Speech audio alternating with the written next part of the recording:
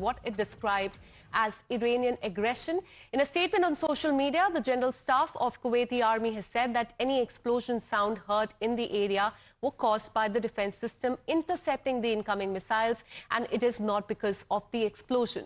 Authorities have also urged people to follow official security and remain in a safer place. So once again, we are witnessing attack on the Gulf countries. Let me once again go back to Mayank on this. Mayank, this has become a playbook of Iran. Their southern part is being attacked by US at this point in time. And now in retaliation, they are hitting out at the Gulf countries in the latest. And as we saw yesterday and day before yesterday as well, at the same time in the morning, Bahrain and Kuwait are under attack. Give us more details about this.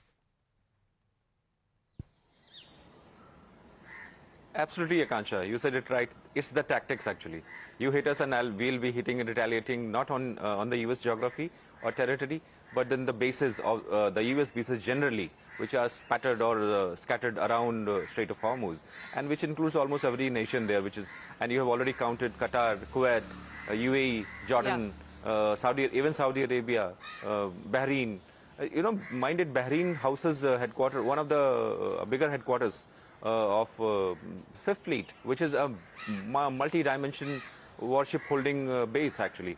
And thus you see, Iran has been, as it has always repeated, that they will be firing upon any place, any logistics place, any base, air base, which can be civilian or military base, which is supporting the operations being launched by the US forces, mind it. So thus they are doing is actually, that's what exactly they are doing. They are hitting the places around that area so that no operations, either they are launched or they blunt the US capability. Same is being done by US. They are knocking off all the silos, the seekers and homers, which is radars, or any kind of facility which is being used to launch operations from the Iranian side, and that includes also the fast patrol vessels also, smaller boats which are being used to reach the merchant vessels which are within the Strait of Hormuz.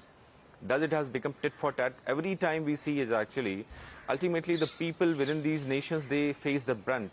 And as we have already seen, as far as the merchant vessels is concerned, we are seeing that one Indian who lost life, and there's another Indian who is still missing and to be accounted for, Akanksha. Absolutely. And in the last 1 week, we are learning that 2 Indians have lost their life there in the Strait of Hormuz. And overall, ever since the war has started, as many as 13 Indian nationals, they have lost their life when it comes to attack on the commercial ships there. Stay on with us, Mayank. I'll come back to you once again. Let's have a look at this exclusive conversation we had with a political scientist and one of the world's leading expert on war and national security. Watch this.